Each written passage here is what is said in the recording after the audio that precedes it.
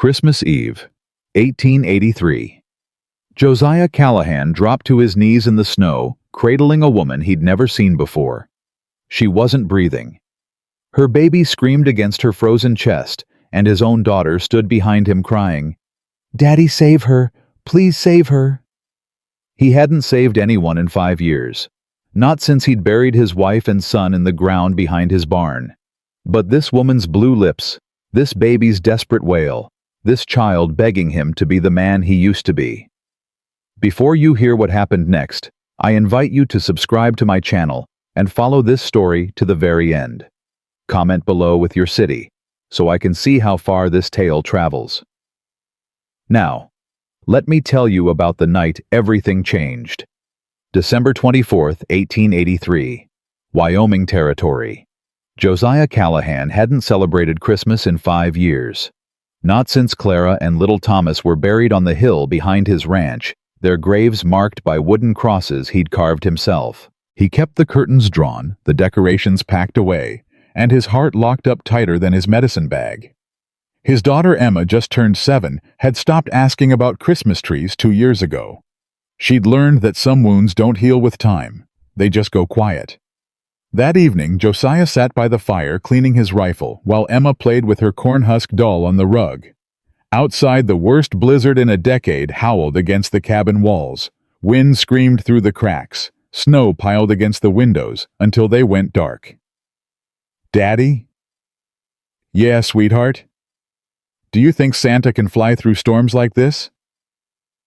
Josiah's hands paused on the rifle barrel. "Reckon Santa's got good sense to stay home tonight." Emma nodded slowly, like she'd expected that answer. She went back to her doll, humming something that might have been a carol once. That's when Josiah heard it. A sound that didn't belong. Something underneath the wind. He set down his rifle and listened. There it was again. Faint. Desperate. A baby crying. He was on his feet before he knew he'd moved. "Emma, stay here." "Daddy, what?" "Stay here." He grabbed his coat and threw open the door. The cold hit him like a fist. Snow drove sideways, blinding him. He couldn't see past the porch rail, but he could hear that baby screaming. Josiah pushed into the storm, one arm raised against the wind.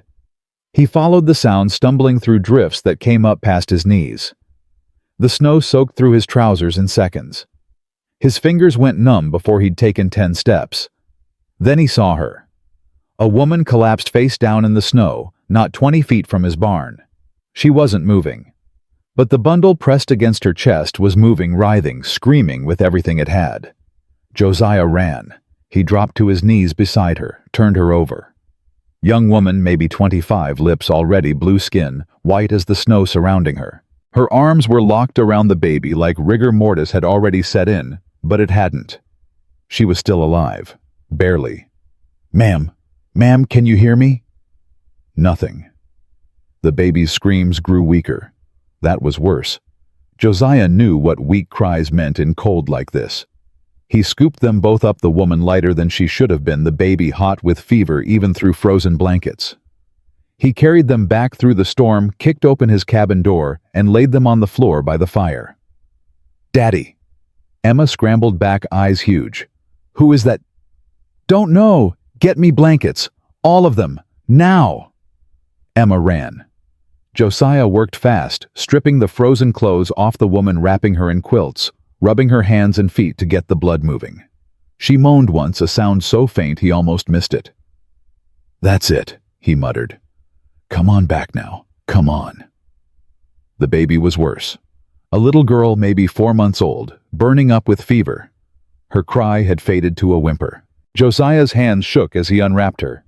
He knew that sound. That wet rattle in her tiny chest. Pneumonia.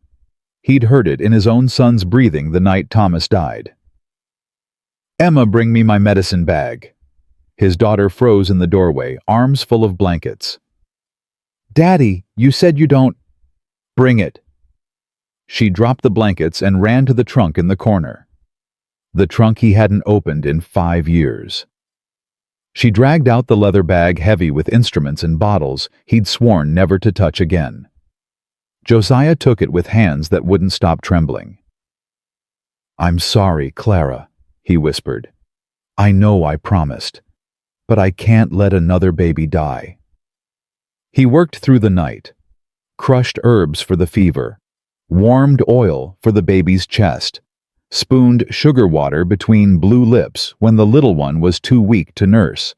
The woman drifted in and out, never fully waking her body, fighting to survive. Somewhere around midnight, the baby's breathing eased. The rattle faded. Color crept back into those tiny cheeks. Josiah sat back on his heels, exhausted, covered in sweat despite the cold. He'd done it. He'd actually done it. "Daddy." He turned. Emma stood in the doorway to her bedroom, wrapped in a quilt, watching with eyes too old for 7. "Is she gonna live, the baby?" "I think so." "Yeah." "What about the mama?" Josiah looked at the woman on his floor. She was breathing steady now, some color returning to her face. But she hadn't woken, hadn't spoken. He didn't even know her name. "Don't know yet, sweetheart. We'll see come morning." Emma padded across the floor and knelt beside the woman. She studied her face for a long moment, then looked up at her father. "She's pretty, Daddy. Even sick, she's pretty." "Go to bed, Emma." "Can I stay in case she wakes up?" Josiah wanted to say no, wanted to send his daughter away from this stranger, away from the mess that had just crashed into their quiet, broken life. But something in Emma's face stopped him, a light he hadn't seen there in years. Hope. "All right," he said, "but you sleep on the chair. I'll keep watch." Morning came gray and cold, the storm still raging. Josiah hadn't slept. He'd spent the night checking the baby's breathing, feeding the fire, watching the woman's face for any sign of consciousness. Around dawn, her eyes opened. She didn't move at first, just lay there staring at the ceiling, trying to remember how she'd gotten here. Then she turned her head and saw Josiah sitting by the fire, the baby asleep in his arms. She shot upright so fast she nearly fainted again. "Grace! Where's Grace?" "Easy, easy." Josiah held up one hand, the other cradling the baby. "She's right here. She's all right." The woman stared at her daughter's chest, heaving tears already streaming down her face. "She was so cold. She was so cold, and I thought she had pneumonia. Fever's broke now. She's gonna be fine." The woman's mouth opened-closed. She looked at Josiah like she was seeing him for the first time. "You saved her." "Did what I could." "You're a doctor." "Was. Long time ago." She pressed both hands to her face and sobbed. Deep, wrenching sobs that shook her whole body. Emma woke up in the chair, startled, and looked at her father with worried eyes. Josiah didn't know what to do. He hadn't comforted a crying woman since Clara died, hadn't touched anyone except Emma in 5 years. But he couldn't just sit there. He crossed the room and placed the sleeping baby in her mother's arms. The woman clutched her daughter to her chest, crying harder now, but differently. Relief instead of despair. "Thank you," she gasped between sobs. "Thank you. Thank you." "What's your name, ma'am?" She looked up at him, face wet, eyes red. "Abigail. Abigail Weston. And this is Grace. She's all I have left in this world." "I'm Josiah Callahan. That's my daughter Emma over there. You're at Bitter Creek Ranch, about 15 miles north of Red Hawk." Abigail's face went white. "Red Hawk? That's where I was going. In a blizzard on Christmas Eve, with a sick baby." Something shifted in her eyes. Fear quickly hidden. "I didn't have a choice." Josiah knew that look. He'd seen it on the faces of soldiers during the war, men who'd seen things they couldn't speak about. He'd worn that look himself after Clara and Thomas. "Your husband?" he asked quietly. "Dead. 3 weeks now." "I'm sorry." "Don't be. She stopped, glanced at Emma, changed whatever she'd been about to say. "It's complicated." Emma climbed off her chair and walked over to stand beside her father. She studied Abigail with the frank curiosity of children. "How come you were out in the storm, Miss Abigail?" "Emma!" Josiah warned. But Abigail shook her head. It's all right. She deserves to know if you're going to let me stay here until the storm passes. She took a shaky breath. I was running, Emma, running away from some very bad people.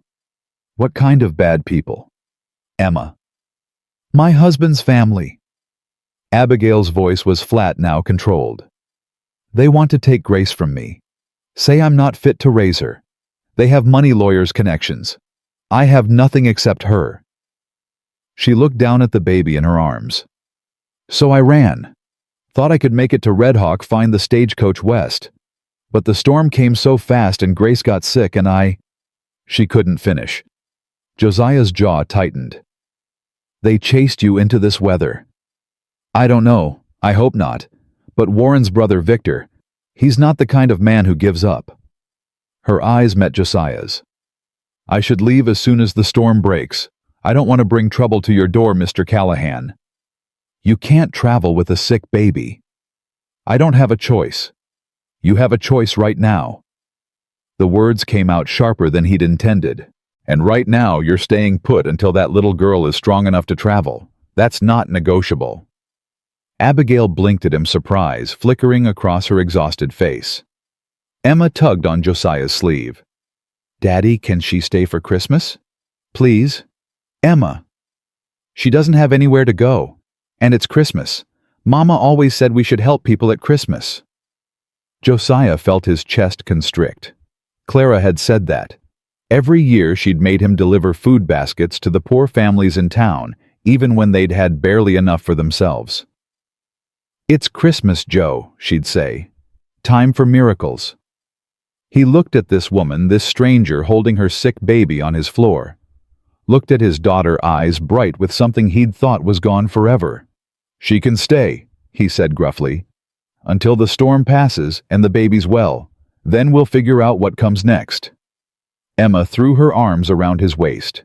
Thank you, Daddy. Abigail's eyes filled with tears again. Mr. Callahan, I don't know how to... Don't thank me yet. This storm could last days. And if those people you're running from show up at my door... He let the sentence hang. You'd turn me over to them. Josiah thought about his quiet life, his empty ranch, his dead heart that had finally started beating again last night when he'd held that sick baby and fought to save her. No, ma'am, he said slowly. Reckon I wouldn't. The storm raged for 2 more days. Josiah fell into a rhythm. Check the baby, feed the fire, make sure Abigail ate something. Try not to notice how her smile made the cabin feel warmer. Try not to see how Emma followed her around like a lost puppy starving for the kind of attention only a mother could give.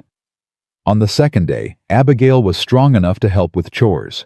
She insisted despite Josiah's protests. I won't be a burden, she said, chin lifted in that stubborn way he was starting to recognize. I can cook, clean, mend clothes. I may not have much, but I have hands and I know how to use them. She proved it. That night, for the first time in 5 years, Josiah sat down to a meal he hadn't cooked himself. Simple fare venison stew with root vegetables, but seasoned with something he couldn't identify. Something that reminded him of home. This is good, he said, surprised. Abigail ducked her head, but he caught the pleased flush on her cheeks. My mother's recipe. She was a cook back in Missouri before she married my father. Where are they now, your folks? Gone, both of them. Fever took them when I was 17. She stirred her stew, not eating. That's how I ended up married to Warren. I had no family, no money. He seemed kind at first, respectable. But he wasn't. It wasn't a question. Abigail didn't answer it anyway.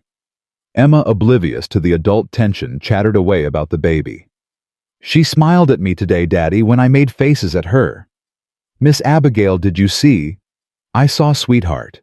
Abigail reached over and squeezed Emma's hand. You're very good with her. I always wanted a baby sister. Emma's face fell slightly. Mama was going to have one. But then, silence fell over the table. Josiah pushed back his chair.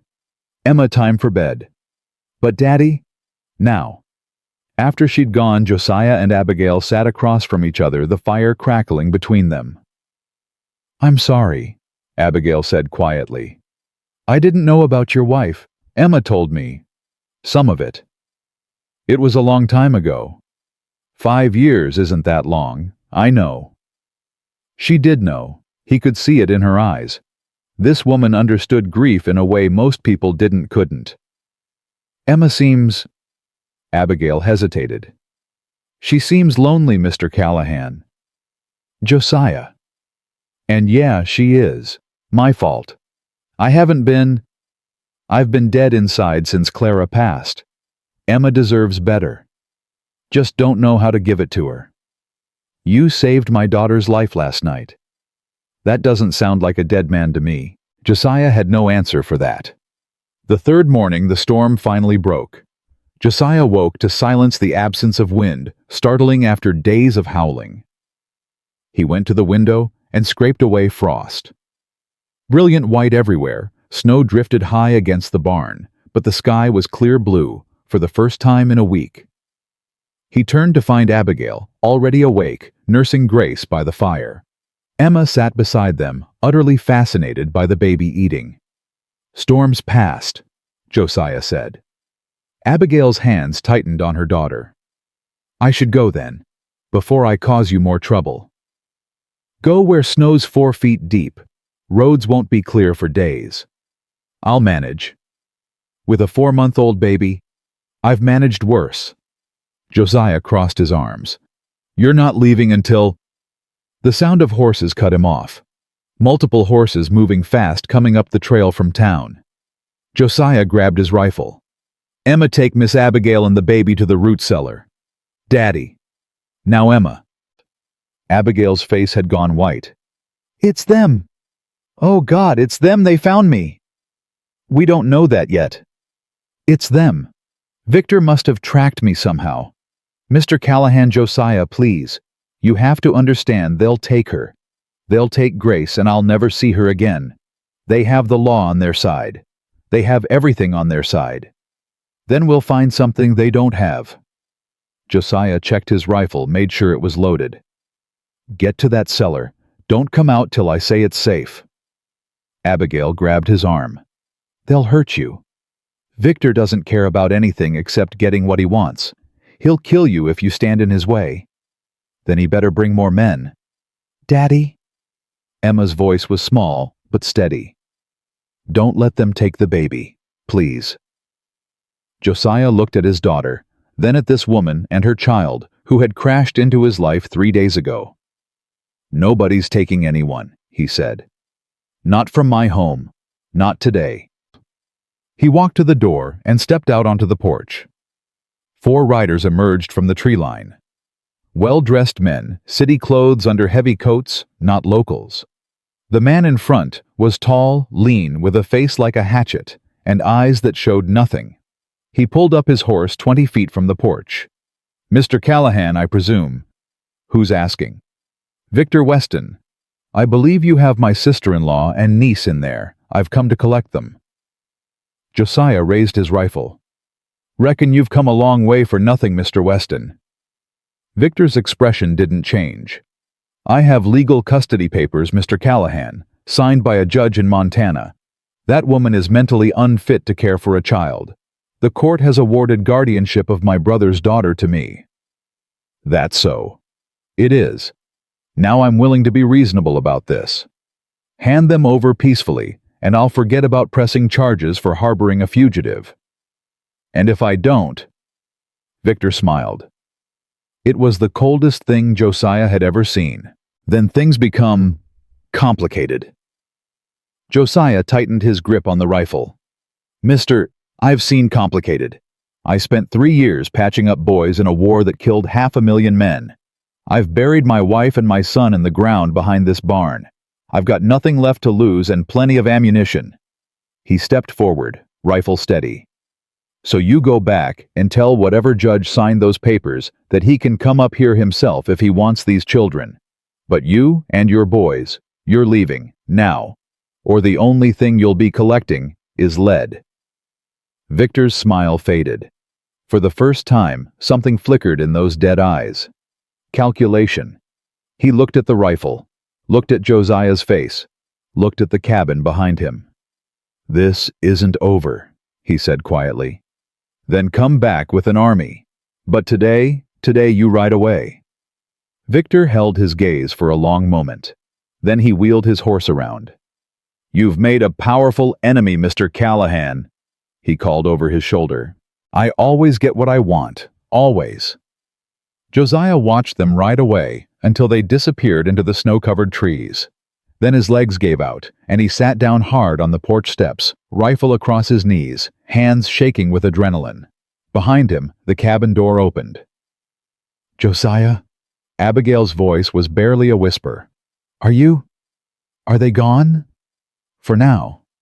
She came out onto the porch, Grace in her arms, Emma trailing behind. She sat down beside him close enough that their shoulders almost touched. "Why?" she asked. "Why would you do that for us? You don't even know me." Josiah looked at his daughter standing in the doorway, with hope burning bright in her eyes. "Because my wife used to say Christmas is the time for miracles," he said quietly. "And maybe this year I finally believe her." Victor Weston's horses had barely disappeared beyond the tree line when Josiah felt the weight of what he'd done settle onto his shoulders. He'd just pointed a rifle at a man with lawyer's money and legal papers signed by a judge. A man who'd promised to come back. "We need to move," Josiah said, pushing himself up from the porch steps. "Get inside. Pack whatever food you can carry." Abigail grabbed his arm. "Move where you said yourself the roads are buried." "Not all of them. There's a back trail through the pines. Leads to Martha Redbird's boarding house in town. She's good people. She'll hide you until we can figure out what to do."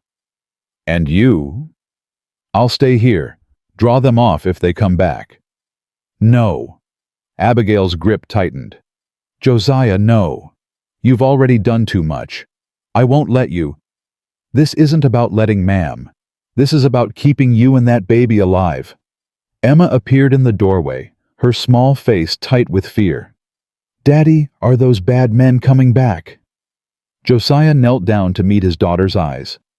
"I don't know, sweetheart, but I need you to be brave for me. Can you do that?" Emma nodded slowly. Then she looked at Abigail at Grace sleeping against her mother's chest, and something hardened in her 7-year-old face. "I can be brave, Daddy, but I don't want Miss Abigail to leave." "Emma." "She makes you smile.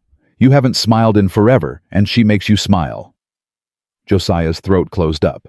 He couldn't speak. Couldn't deny what his own daughter had seen so clearly. Abigail knelt down beside them, one hand reaching out to touch Emma's cheek. "Your daddy is trying to protect us, sweetheart. Sometimes that means people have to go away for a little while. But you'll come back." The question hung in the cold air. Abigail looked at Josiah, and something passed between them. Something neither of them was ready to name. "We'll see," Abigail whispered. "We'll see." They didn't make it to the back trail. Josiah was saddling his horse when he heard the sound that changed everything. Not hooves this time. Voices, coming from the direction of the main road. He drew his pistol and crept to the edge of the barn. 3 men on foot, trudging through the snow. Not Victor's men. These were locals.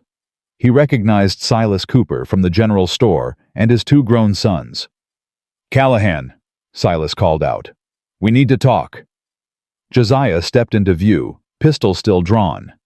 "Talk about what?" "There's men in town asking about a woman and a baby. Offering money for information. Serious money." Silas stopped 20 feet away, hands raised. "Word is, they came to your place this morning. Word travels fast. It's a small town." Silas's eyes dropped to the pistol, then back up. "Put that away, Callahan. We ain't here to cause trouble." "Then why are you here?"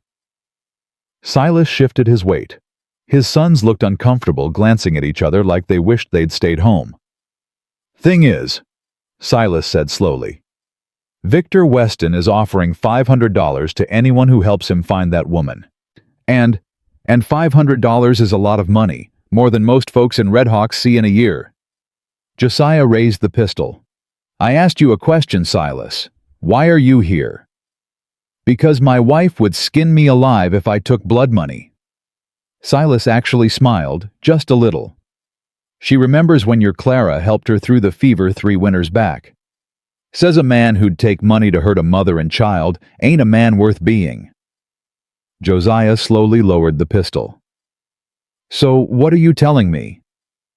I'm telling you that some folks in town are greedy, and some folks got memories. The greedy ones are already talking to Weston's people. The ones with memories. Silas shrugged. We're here to tell you to watch your back, and to ask what you need. I need to get this woman and her baby somewhere safe. Can't go to town. Weston's got men watching the roads. What about Martha Redbird's place? Silas shook his head. First place they'll look. Weston's already been there asking questions. Martha didn't tell him nothing, but they're watching her now. Josiah felt the trap closing around them. No roads out, no safe houses. Winter closing in on all sides. What about the Patterson place? One of Silas's sons spoke up. Old homestead north of here. Been abandoned since the Patterson family moved to California. That's 10 miles through rough country. Better than staying here and waiting for Weston to come back with more men. The son had a point. Josiah's ranch was defensible, but not against a determined assault, and Victor Weston had struck him as nothing if not determined. All right, Josiah said. We'll head for the Patterson place, but I'll need supplies. Blankets, food, ammunition. Silas nodded. We can get you those, but it'll have to be tonight after dark. Can't have Weston's people seeing us come and go. Tonight then. Silas turned to leave, then stopped. Callahan, this woman, she worth all this trouble? Josiah thought about Abigail's smile, about the way Emma had attached herself to her like a drowning child to a piece of driftwood, about the feeling that had been growing in his chest these past 3 days, something warm and terrifying and real. Yeah, he said quietly. She is. The hours until nightfall crawled by. Josiah kept watch at the windows while Abigail paced the cabin, Grace fussing in her arms. Emma sat by the fire unusually quiet, her cornhusk doll forgotten in her lap. Tell me about your husband, Josiah said without turning from the window. Abigail stopped pacing. Why? Because I need to understand what we're up against. Victor Weston didn't ride all the way to Wyoming in a blizzard just to collect a niece he's never met. There's something else going on here. Silence stretched between them. Then Abigail sat down on the edge of the bed, Grace settling against her shoulder. Warren Weston was the second son of a wealthy family in Montana, she began. Cattle money mostly. His older brother Victor ran the business, always treated Warren like he was worthless. Warren handled it by drinking. A lot. He hurt you. Abigail's hand went unconsciously to her ribs. When he drank. And when he died. 3 weeks ago. Fell off his horse riding home drunk from a saloon. Broke his neck. She laughed, but there was no humor in it. I thought I was finally free. Then Victor showed up at the funeral, with papers claiming Warren had signed over guardianship of any children to him. Said it was in Warren's will. Was it? Warren never made a will. He could barely sign his own name when he was sober. Abigail's voice hardened. Victor forged those papers, I'm sure of it. But how do you prove that against a man who owns half the judges in Montana? Why does he want Grace so badly? Abigail looked down at her daughter. Because of what Warren told me the night before he died. He was drunk like always, but sometimes the drink made him honest instead of mean. He said his father's original will left equal shares to both sons, but after Victor took over, he had the will changed, made himself the sole heir. Warren was supposed to contest it, but he never did. He was too weak, too scared of his brother. Josiah turned from the window. So the original inheritance would pass to Warren's children. Grace is the only legitimate heir to half the Weston fortune. Abigail's eyes met his. Victor doesn't want to raise her. He wants her to disappear. And once she does, there's no one left to challenge his claim. The truth of it settled into Josiah's gut like a stone. This wasn't about custody. This was about money. And men who killed for money didn't stop until the job was done. "Daddy?" Emma's small voice broke through the heavy silence. She was standing now, the doll clutched to her chest. "Yeah, sweetheart? Is the bad man going to hurt the baby?" Josiah crossed to his daughter and knelt before her. "No, nobody's going to hurt Grace, or Miss Abigail, or you. I promise." "How do you know?" "Because I won't let them." Emma studied his face with those two old eyes. "Mama used to say promises were sacred, that you should never make one you can't keep." "Your mama was right. Can you keep this one?" Josiah pulled his daughter into his arms, held her tight, felt her small heart beating against his chest. "I'm going to try, Emma. I'm going to try with everything I have." Night fell hard and fast, the temperature dropping until frost formed on the inside of the windows. Josiah had just finished loading the last of their supplies into saddlebags when he heard horses approaching. His rifle was in his hands before the sound had fully registered. "That's not Silas," Abigail whispered. She'd heard it too. Too many horses. Too fast. "Cellar," Josiah said. "Now." This time, Abigail didn't argue. She grabbed Grace and Emma's hand and ran for the root cellar door. Josiah took position by the front window. Through the frost-covered glass, he counted the riders. 8 men. Victor Weston at the head, and beside him a man wearing a sheriff's badge. Josiah's stomach dropped. "Callahan," Victor's voice rang out across the snow. "I've got Sheriff Dawson here with a warrant for your arrest. Kidnapping and harboring a fugitive. Come out peacefully and we can settle this like civilized men." Josiah didn't move. He knew what civilized meant to men like Victor. It meant compliance, submission, death. "I've also got a writ of custody," Victor continued. "Signed by Judge Patterson himself. That woman and child are coming with us whether you cooperate or not. The only question is whether you spend Christmas in a jail cell or a coffin." Emma's voice drifted up from the cellar. "Daddy." "Stay down, sweetheart. Stay quiet." Josiah's mind raced. 8 men. A sheriff with legal papers. No backup coming until Silas arrived with supplies, if he came at all. The odds were impossible. But he'd faced impossible odds before. In muddy field hospitals during the war, surrounded by dying men with nothing but whiskey and prayer to work with. He'd learned something in those terrible years. Impossible only means no one's done it yet. "Callahan, I'm giving you 30 seconds. Josiah made his decision. He walked to the door and opened it, stepping onto the porch with his rifle lowered but ready. "Sheriff Dawson," he called out.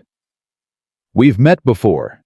You remember when I set your boy's broken arm 2 winters back, wouldn't take payment as I recall." The sheriff shifted uncomfortably in his saddle. That was different, Callahan. Was it, your boy could have lost that arm if the bone had set wrong.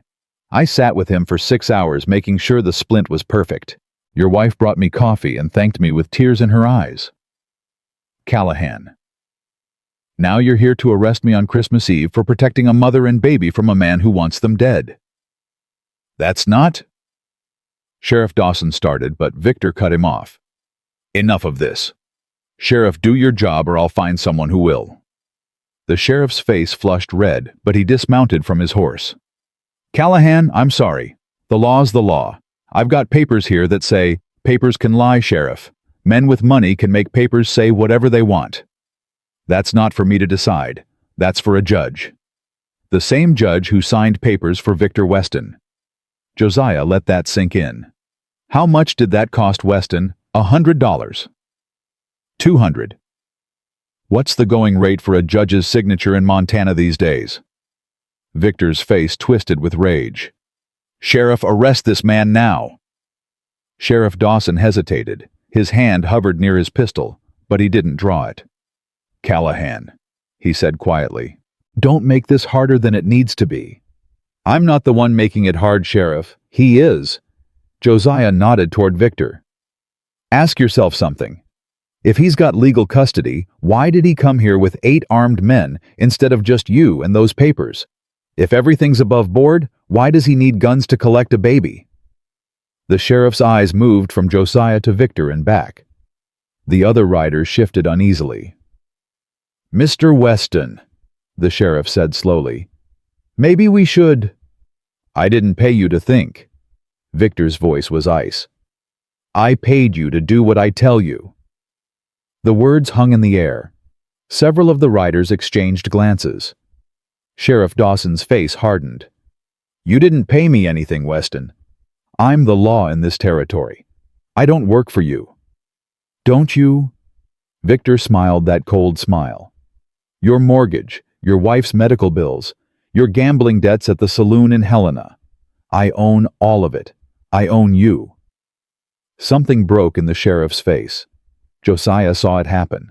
Saw a man who'd spent his whole life trying to be decent suddenly realize how far he'd fallen. "No," Sheriff Dawson said. "No, you don't." He turned his horse around. "What are you doing?" Victor's voice rose. "Get back here. I'm going back to town.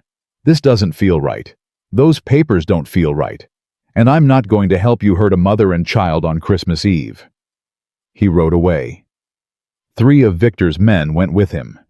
Their horses' hooves faded into the darkness, leaving Victor with only 4 riders. "Cowards!" Victor screamed. "Worthless cowards!" He wheeled on Josiah, his composure finally cracking. "You think this changes anything? I'll come back tomorrow with 20 men. I'll burn this ranch to the ground. You'll leave." A new voice, coming from the tree line. Josiah turned to see Silas Cooper emerging from the darkness. Behind him came more figures. 5, 10, 15 townspeople, armed with rifles and shotguns, spreading out in a line between Victor and the cabin. "Evening, Mr. Weston?" Silas's voice was pleasant, but his rifle wasn't. "Seems like you've overstayed your welcome in our town." Victor's face contorted. "You can't do this. I have rights. I have legal—" "You have a horse and a trail back to Montana." Silas raised his rifle. "I suggest you use both. Now." For a long moment, nobody moved. Victor's remaining men looked at the townspeople, counted the guns, calculated the odds. One by one, they turned their horses toward the road. "This isn't over," Victor hissed at Josiah. "I'll be back, with an army, with federal marshals, with nothing." Silas stepped forward. "Because while you've been waving your papers around, I've been sending telegrams to Helena. Turns out Judge Patterson is real interested in hearing about forged documents bearing his signature. Seems he never signed any custody papers for a Victor Weston." Victor's face went white. "Also turns out," Silas continued, "that there's folks in Montana who remember your brother's widow, remember her black eyes and broken ribs, remember her showing up at church with bruises she couldn't explain. They're willing to testify, Mr. Weston, against you, against your brother, against the whole rotten family." Victor sat frozen on his horse. "So here's what's going to happen," Silas said. "You're going to ride out of here tonight. You're going to go back to Montana, and you're going to drop this whole thing. Because if you don't, those witnesses are going to talk. That judge is going to investigate. And I reckon what they find won't look too good for the Weston family fortune." Silence. Then Victor yanked his horse around and spurred it toward the road. His remaining men followed, swallowed up by the darkness. Josiah stood on his porch rifle still in his hands and watched them go. "Silas," his voice came out rough, "I don't know what to say." "Don't say nothing." Silas walked up onto the porch and clapped him on the shoulder. "Clara saved my wife's life. This is just me settling accounts." "But the telegrams, the witnesses?" Silas shrugged. "Might have stretched the truth a bit. Haven't actually sent any telegrams yet, but I will first thing tomorrow, and I do know folks in Montana who'd be willing to talk. He grinned. Sometimes a good bluff is all you need. The cellar door creaked open. Abigail emerged, Grace in her arms, Emma clinging to her skirt. Her face was streaked with tears. Is it over? Josiah looked at her, at his daughter, at this strange, broken, beautiful family that had somehow formed around him in the space of 3 days. For tonight, he said. It's over for tonight. Abigail crossed the porch and stopped in front of him. Grace stirred in her arms, making soft sounds. You saved us again. Wasn't just me, was all of them. He gestured towards the townspeople, some of whom were already heading back toward the road. But you stood. When it mattered, you stood. Josiah didn't know what to say to that. Didn't know how to explain that standing was all he'd had left. That protecting her and Grace and Emma had been the first real thing he'd felt in 5 years. Emma solved his dilemma by throwing herself against his legs. Daddy, you were so brave. He picked her up, held her close, felt her small arms wrap around his neck. We're all brave, sweetheart. Every single one of us. Over Emma's shoulder, he met Abigail's eyes. She smiled. And for the first time since Clara died, Josiah Callahan smiled back. Later that night, after the townspeople had gone and the cabin had settled into quiet, Josiah sat by the fire with Emma asleep in his lap. Abigail had put Grace down in the basket they'd fashioned into a crib, and now sat across from him, her face golden in the firelight. What happens now? She asked softly. Silas sends those telegrams tomorrow. We build a case. Fight Victor in court if we have to. That could take months, years. Probably. I can't impose on you for that long. You've already done so much. Abigail. Josiah stopped her. Where else would you go? She opened her mouth, closed it, looked down at her hands. I don't know. I've been running so long I forgot how to stand still. Then stand still here. The words came out before he could stop them. Stay, for as long as you need. Abigail looked up. Her eyes were bright with unshed tears. Josiah, you don't know me. Not really. We met 3 days ago. I know you walked through a blizzard to save your daughter. I know you've been protecting her from people who want her dead. I know you've got more courage in your little finger than most men have in their whole bodies. He paused. And I know my daughter smiles when she's around you. Haven't seen that smile in 5 years. A tear slipped down Abigail's cheek. She brushed it away. What about you? What about me? You've been hiding up here alone for 5 years, punishing yourself for something that wasn't your fault. Is that going to change? The question cut deep. Josiah looked at Emma sleeping peacefully in his arms. Clara used to say I carried too much weight. Tried to save everyone, blamed myself when I couldn't. He took a breath. She was right. After she died, I gave up. Told myself I'd failed, so what was the point of trying anymore? And now? Josiah met Abigail's eyes. Now I've got a reason to try again. The fire crackled. Grace made a soft sound from her basket. Emma stirred, but didn't wake. Abigail stood across the space between them and knelt beside his chair. Then we'll try together, she said. Whatever comes next, we face it together. She took his free hand in hers. Josiah looked at their intertwined fingers, her small hand in his rough, calloused one. 2 broken people holding on to each other in the darkness. Together, he agreed. Outside the Christmas Eve, stars burned cold and bright above the snow-covered ranch. And somewhere in the distance, church bells began to ring, calling the faithful to midnight mass. But Josiah didn't need a church tonight. He'd already found something to believe in. Christmas morning dawned quiet and cold. Josiah woke to find Emma already up sitting cross-legged by the fire with Grace in her lap. The baby was cooing, reaching for Emma's braids, and Emma was giggling in a way Josiah hadn't heard in years. Abigail stood at the stove stirring something that smelled like heaven. "Merry Christmas," she said softly when she saw him watching. Josiah couldn't remember the last time anyone had wished him that. Couldn't remember the last time it had meant anything. "Merry Christmas," he said back and meant it. They ate breakfast together like a real family. Johnny cakes with molasses, salt pork coffee, strong enough to strip paint. Emma chattered about nothing and everything while Grace banged a wooden spoon against the table. Abigail laughed at something Emma said, and the sound of it filled up spaces in Josiah's chest that had been empty for 5 years. He was clearing the dishes when the door burst open. Silas Cooper stumbled in face red from the cold, breathing hard. "They're coming back." Josiah's hand went to his pistol. "Victor. Not just Victor." Silas bent over, hands on knees, catching his breath. "He rode to Fort Laramie last night. Came back this morning with federal marshals. 6 of them. They've got papers, Josiah. Real papers this time. Signed by a federal judge." The blood drained from Abigail's face. She grabbed Grace from Emma's arms and held her tight. "How long?" "Hour, maybe less. They're gathering at the church first. Weston's making a show of it. Wants the whole town to see him take what's his." Josiah's mind raced. Federal marshals changed everything. He could face down hired guns. He could stare down a corrupt sheriff. But federal law was something else entirely. "There's got to be a way," Abigail whispered.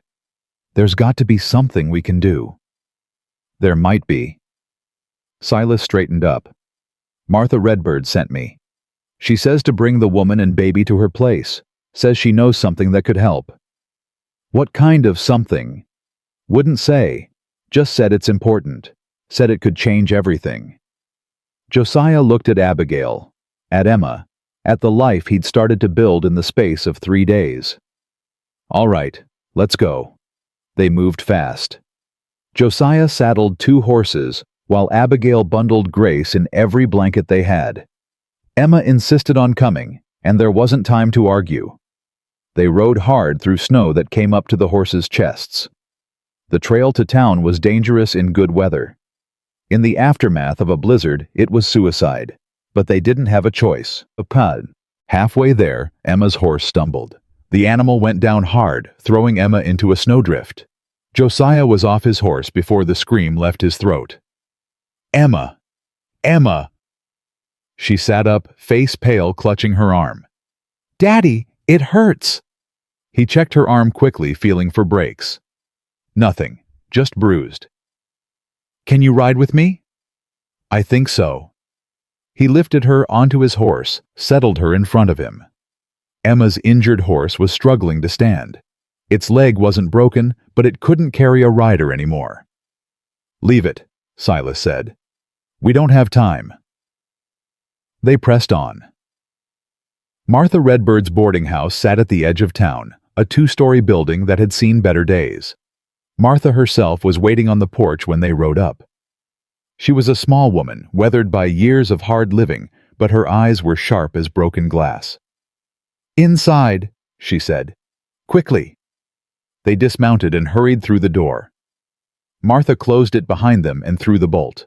"Victor's men are watching the streets. They saw you come in. Won't be long before they're here." "Silas said you knew something," Josiah said. "Something that could help." Martha looked at Abigail, studying her face. "Your mother," she said. "What was her name?" Abigail blinked. "Sarah. Sarah O'Brien. Why?" "Her mother. Your grandmother. What was her name?" I don't know. My mother never talked about her family. Said they disowned her when she married my father." Martha nodded slowly. "Because she married a white man. A Catholic. Her people didn't approve." "Her people?" "Cherokee." Martha's voice was quiet but certain. "Your grandmother was Singing Bird, daughter of Chief Walking Thunder. Full-blooded Cherokee, which makes you 1/4 Cherokee by blood." Abigail stared at her. "That's impossible. I would have known." "Would you?" "Your mother ran away to Missouri when she was 15. Changed her name. Never spoke of her past. Probably thought she was protecting you. Martha turned to Josiah. But blood is blood, and under federal treaty law, anyone with native blood can claim tribal protection. Josiah felt something shift in his chest. Hope. You're saying Grace has Cherokee blood. I'm saying Grace is the great-great-granddaughter of a Cherokee chief, which makes her eligible for tribal enrollment. And once she's enrolled, federal custody papers don't apply. Josiah finished the thought. Tribal jurisdiction supersedes territorial law. Exactly. Abigail shook her head. But I don't have any proof. No documents. No family records. Nothing. You have me. Martha pulled something from her pocket. A small leather pouch worn with age. This belonged to your grandmother. She gave it to your mother the day she ran away. Your mother gave it to me before she died. Asked me to keep it safe, to give it to you if you ever came looking for the truth. Abigail took the pouch with trembling hands. Inside was a silver pendant, intricately carved with symbols she didn't recognize. That's the mark of Chief Walking Thunder's family, Martha said. Only his direct descendants can wear it. It's proof of your bloodline. Tears streamed down Abigail's face. Why didn't she tell me? Shame, fear. The world wasn't kind to mixed-blood children in those days. She thought she was protecting you by keeping you white. Martha's voice softened. She didn't know that someday that blood might be the only thing that could save your daughter. The sound of horses outside cut through the moment. They're here, Silas said from the window. 6 marshals, Victor, and that snake of a lawyer he brought from Helena. Josiah drew his pistol. Is there a back way out? Won't matter, Martha said. They've got the building surrounded. I counted men in the alley when you rode up. Then we fight. With what, 3 guns against 6 federal marshals? Silas shook his head. This isn't a fight we can win, Josiah. So what do you suggest? We just hand her over. I suggest we stall. Martha moved toward the door. I'll talk to them. Buy you time to figure something out. Martha, I'm an old woman, Josiah. What are they going to do, shoot me? She smiled grimly. Besides, I've been waiting 20 years to give Victor Weston a piece of my mind. His father cheated my husband out of his land claim back in '62. Consider this settling old debts. She opened the door and stepped onto the porch. Josiah moved to the window, watching as Martha confronted the marshals. Victor sat on his horse behind them, his lawyer at his side, that cold smile back on his face. This is federal business, ma'am, one of the marshals said. We have orders to collect a woman named Abigail Weston and her infant daughter. This is my property, Marshal, and I haven't invited anyone in. Ma'am, I don't want to do this the hard way. Then don't.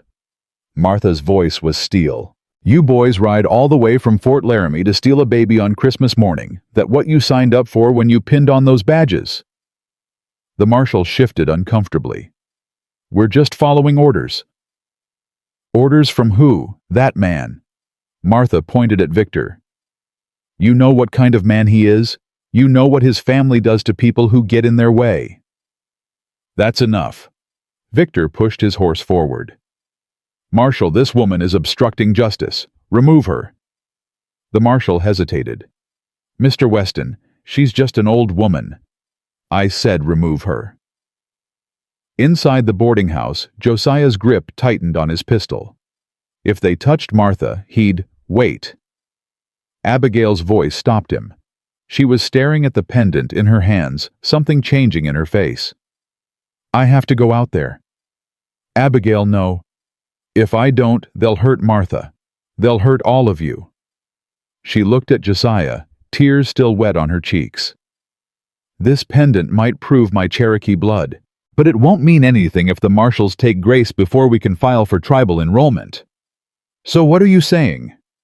I'm saying I need to buy more time, and the only way to do that is to make Victor think he's won.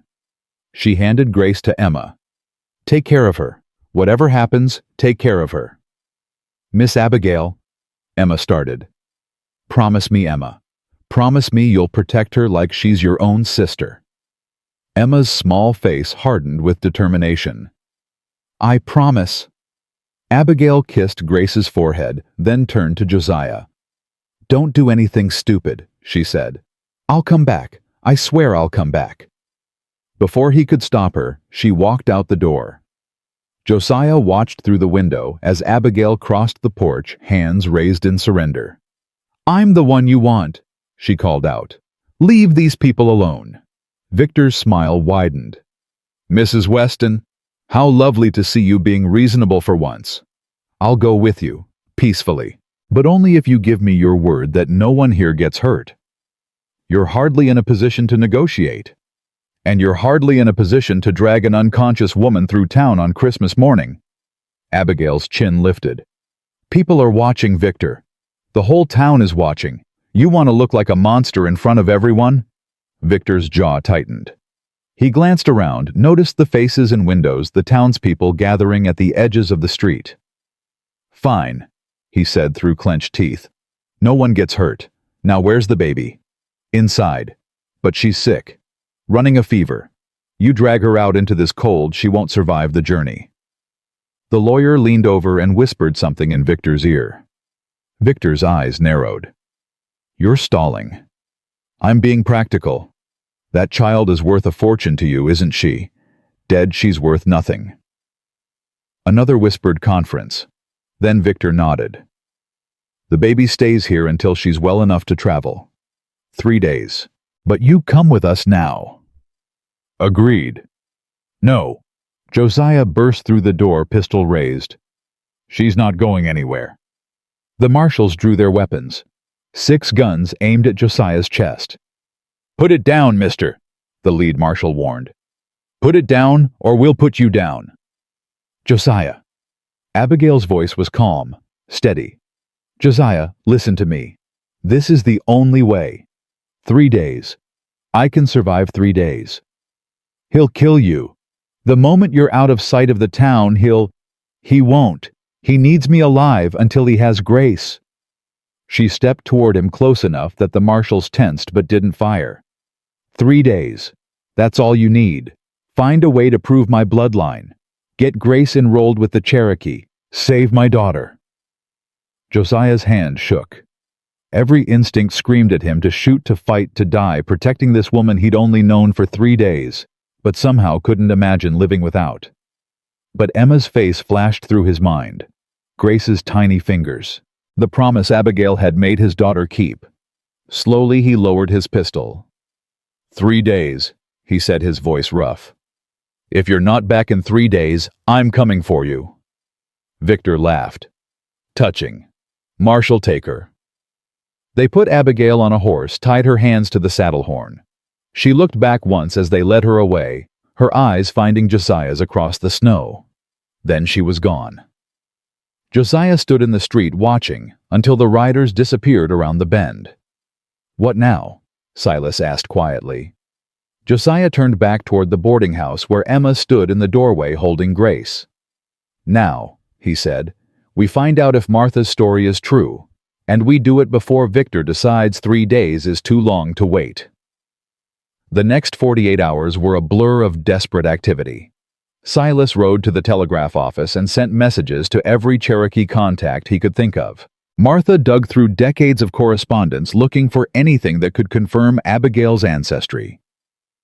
Josiah barely slept, spending his nights poring over maps and legal documents, trying to find some loophole, some technicality that could save Grace. Emma refused to leave the baby's side. She fed her, changed her, sang her the same lullabies she'd heard Abigail sing. Sometimes late at night, Josiah found her crying into Grace's blankets. "What if Miss Abigail doesn't come back?" she asked him once. "What if the bad man hurts her?" "She'll come back," Josiah said, wishing he believed it. "She promised." "Mama promised too. She promised she'd never leave us." The words hit Josiah like a physical blow. He pulled Emma into his arms and held her while she cried. "I know, sweetheart, I know. But sometimes promises get broken.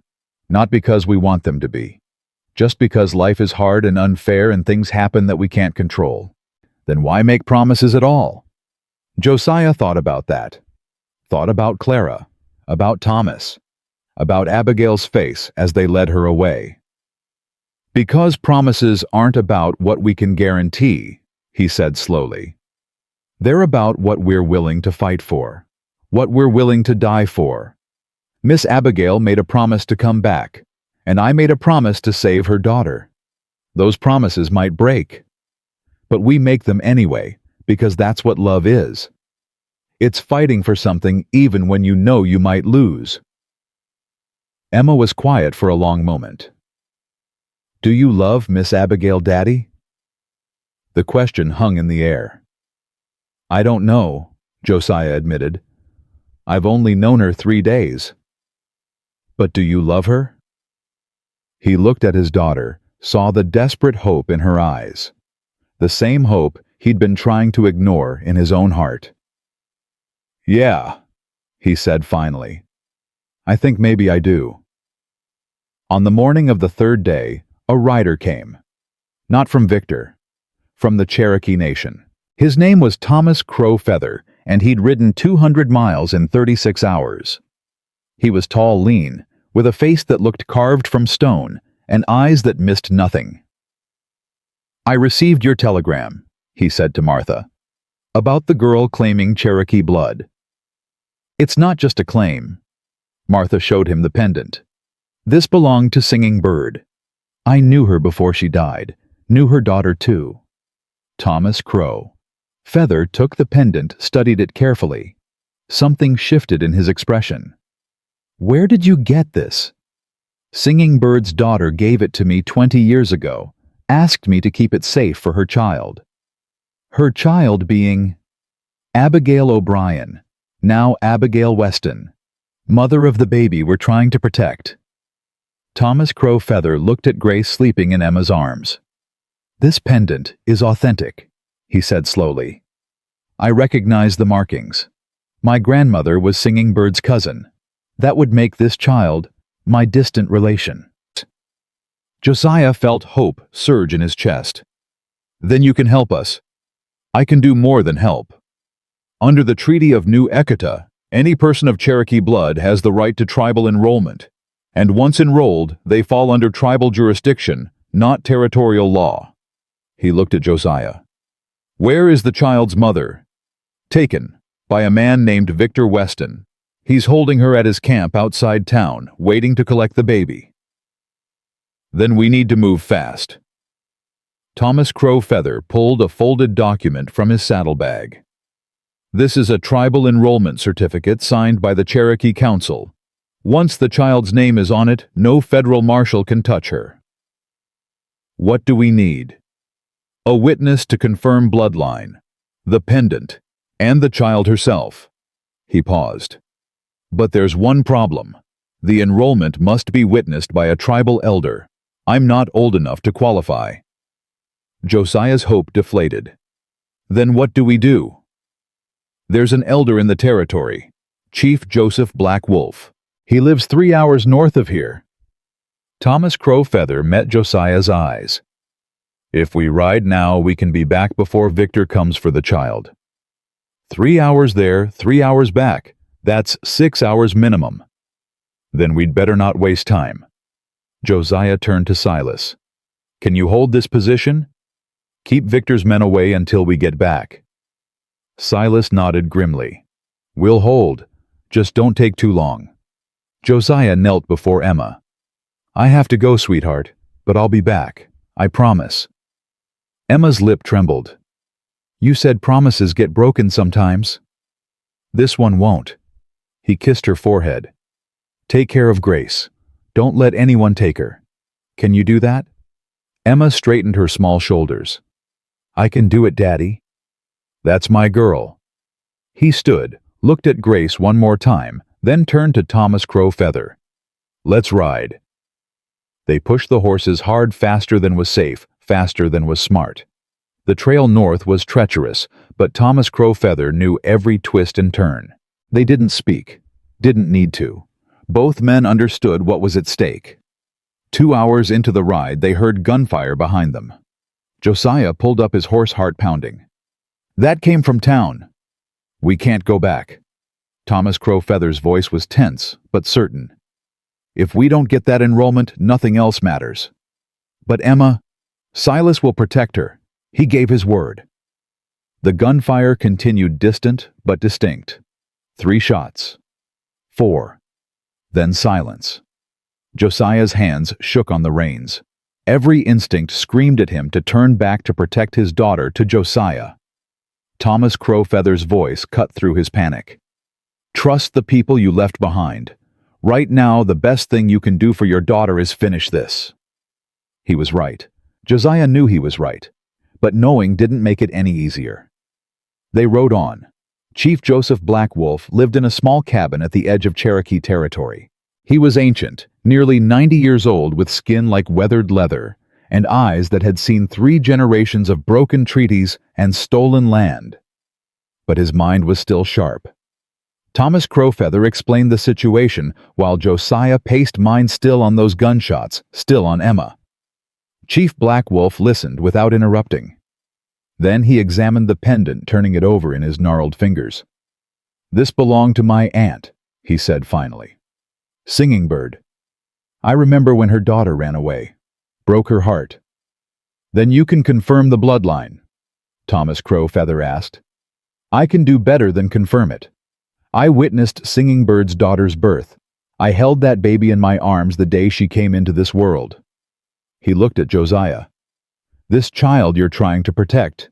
She's family. Distant, but family. And family protects family. He signed the enrollment document. There. The child is now legally Cherokee. No white man's court can touch her. Josiah grabbed the document. Thank you. Thank you more than I can ever. Don't thank me. Go save that baby. Chief Black Wolf's eyes hardened. And tell Victor Weston that if he ever sets foot in Cherokee territory, he won't leave alive. They rode back even faster than they'd come. The smoke was visible from 5 miles out. Josiah's blood went cold. No, no, no, no. They burst out of the tree line to find Martha Redbird's boarding house in flames. Townspeople ran everywhere, passing buckets, shouting orders. And in the middle of it all, Silas Cooper sat on the ground, blood streaming from a wound on his forehead. Josiah was off his horse before it stopped moving. Emma. Where's Emma? Silas looked up, dazed. They took them. Victor's men. Set the fire as a distraction and took them. Took who? Emma, Grace, both of them. Silas's voice cracked. I tried to stop them, Josiah. I swear to God I tried. Josiah grabbed Silas by the collar.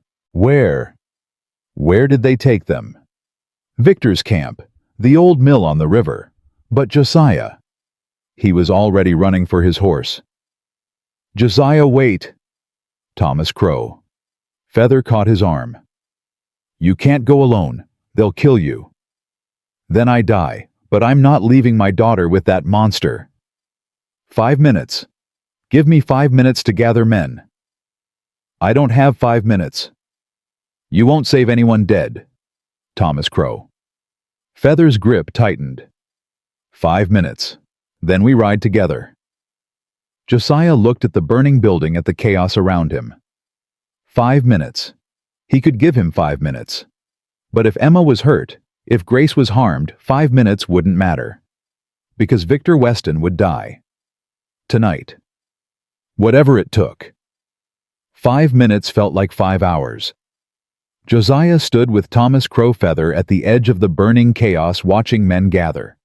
Silas had pulled himself together, blood still dripping down his face, but his rifle steady in his hands. 6 other townsmen joined them, faces grim, armed with whatever weapons they could find. That's all we've got, Thomas Crow Feather said. 9 men against however many Victor has at that mill. It'll have to be enough.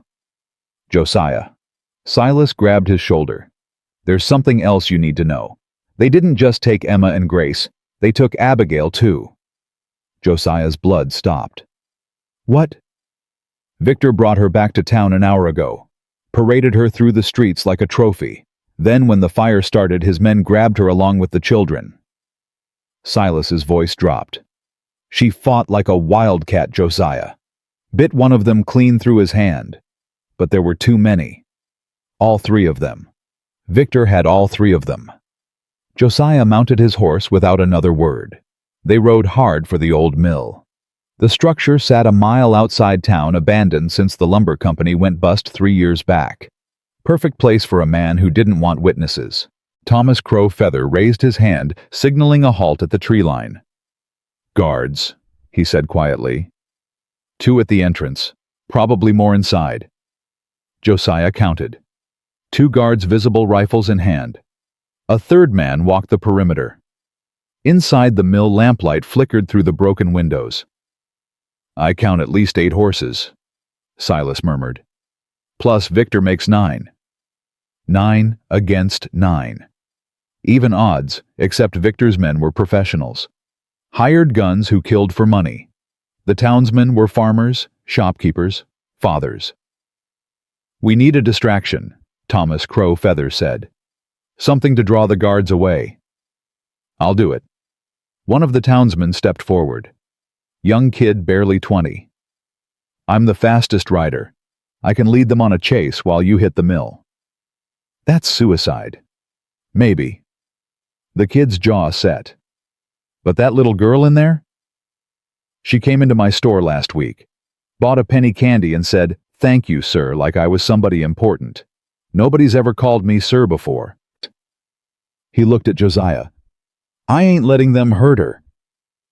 Josiah gripped the young man's shoulder. "What's your name?" "Billy. Billy Cooper. Silas is my cousin." "Billy Cooper. I won't forget what you're doing tonight." Billy nodded once, then spurred his horse toward the mill. The guard saw him immediately. "Hey, you there, stop." Billy didn't stop. He rode straight at them, whooping like a madman, then veered away at the last second. 2 guards gave chase, then a third. "Now!" Thomas Crow Feather hissed. They hit the mill from 3 directions. Josiah went through the main entrance rifle, up firing before his eyes had adjusted to the lamplight. 1 guard went down, then another. Chaos erupted. Men shouted. Guns blazed. Someone screamed. Through the smoke and confusion, Josiah saw them. Emma. Huddled in the corner, Grace clutched to her chest. And behind them, hands bound, face bruised, but eyes blazing with defiance, Abigail. Victor Weston stood over them, pistol in hand. "That's far enough, Callahan." Josiah froze. Victor's gun was pointed directly at Emma's head. "Drop the rifle. Now." Around the mill, the gunfire had stopped. The townsmen were pinned down, outnumbered by Victor's remaining men. Thomas Crow Feather stood with his hands up, a gun pressed to his back. Josiah let his rifle fall. "Smart man."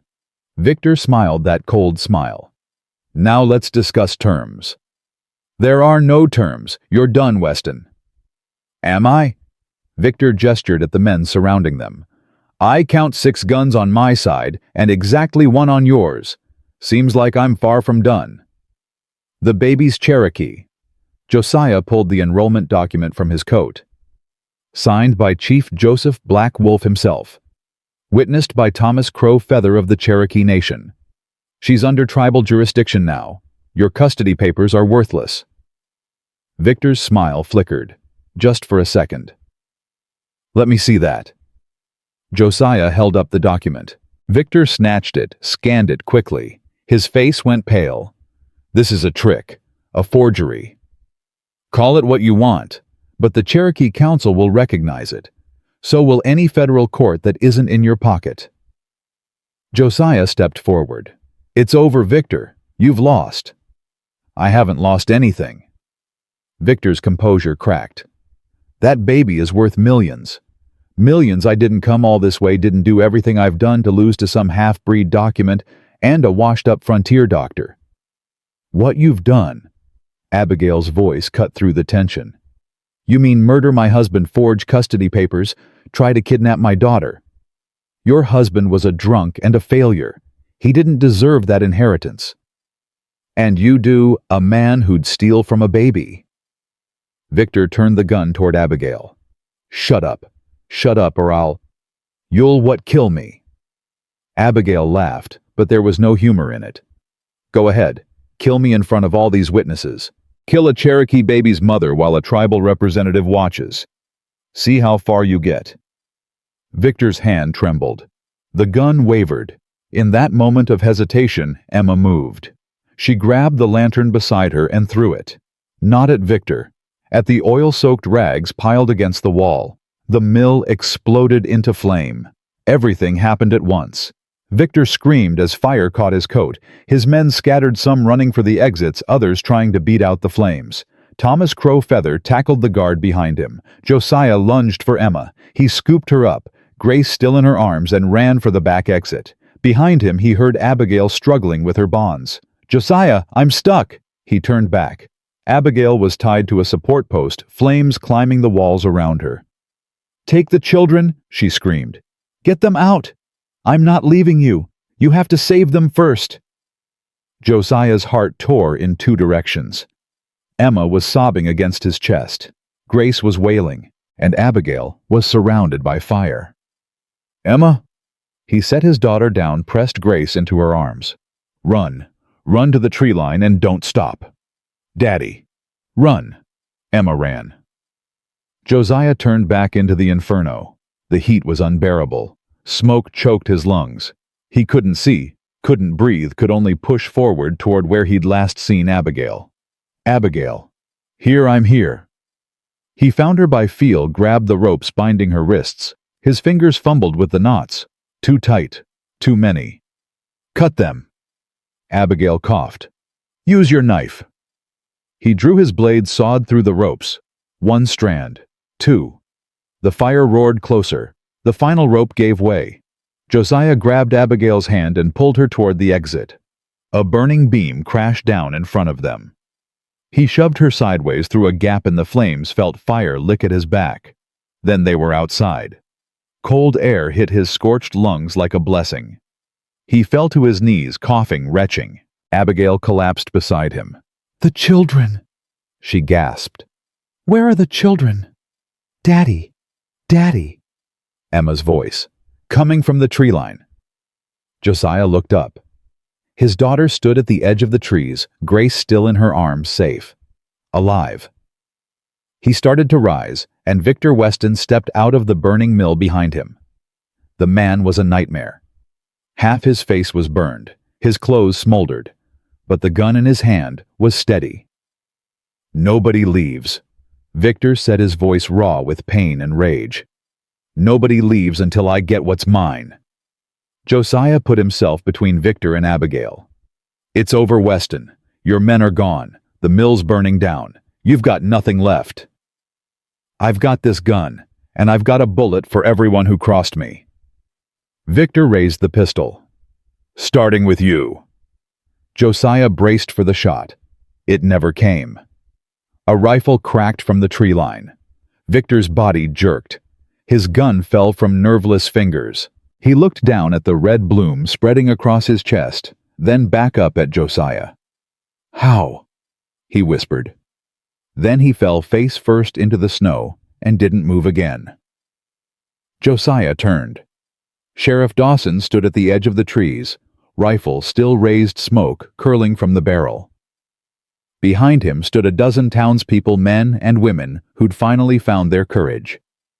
"I told you," Dawson said quietly. "I don't work for anyone." The aftermath was chaos. Men worked through the night to contain the fire. Victor's surviving men were rounded up and arrested.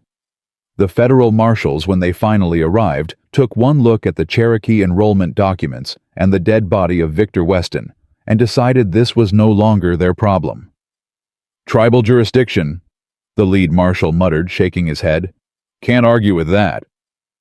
Josiah didn't care about jurisdictions or legalities. He cared about the three people huddled together by the fire Silas had built. Emma sat on Abigail's lap, both of them wrapped in blankets, Grace sleeping peacefully between them. When Josiah approached, Emma looked up at him with eyes that had seen too much. "Is the bad man really gone, Daddy?" "He's really gone, sweetheart. He's never coming back." Good.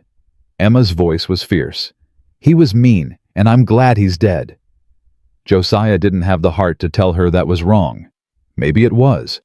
Maybe killing was always wrong even when the person deserved it. But right now, with his family safe and the nightmare finally over, he couldn't find it in himself to argue. He sat down beside them. Abigail leaned her head against his shoulder. "You came back," she whispered.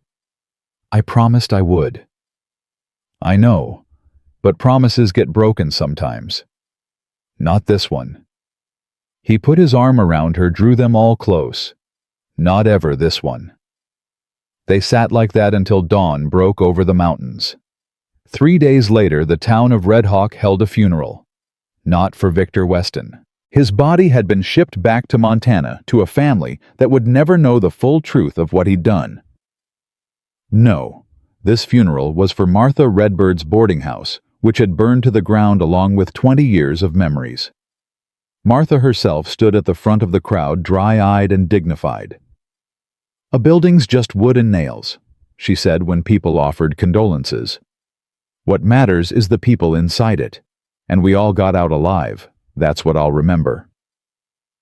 After the service, Josiah found himself standing beside Thomas Crow Feather. "What happens now?" Josiah asked. "With the enrollment, I mean. Grace is officially Cherokee. She has rights and protections that no one can take away. As for the rest..." Thomas Crow Feather shrugged. "That's up to you." "What do you mean?"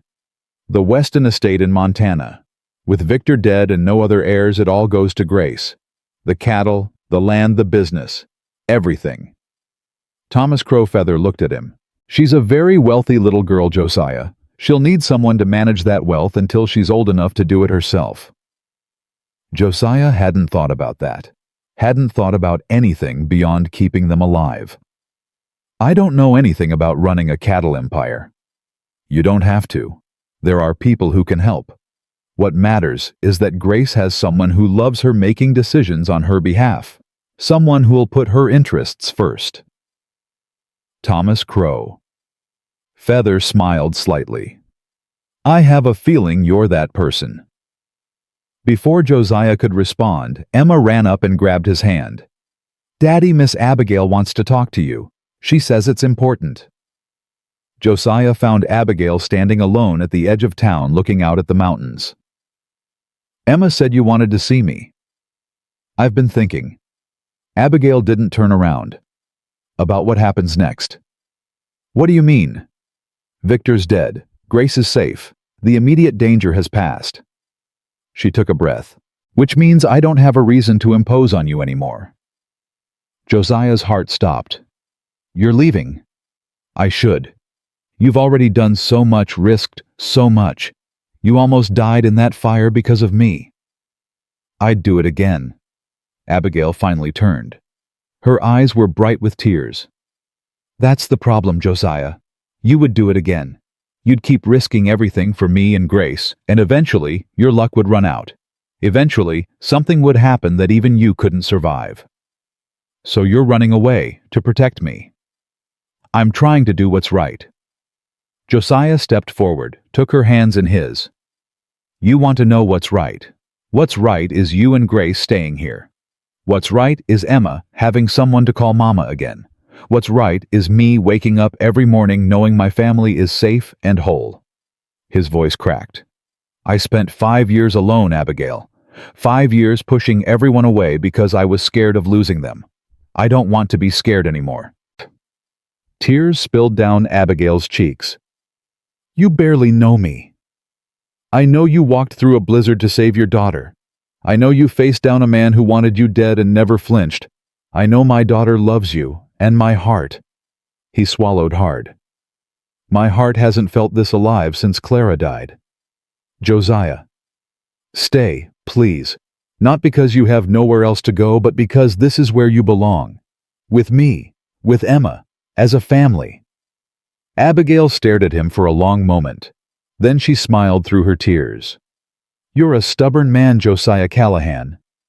I've been told. And you're asking me to marry you.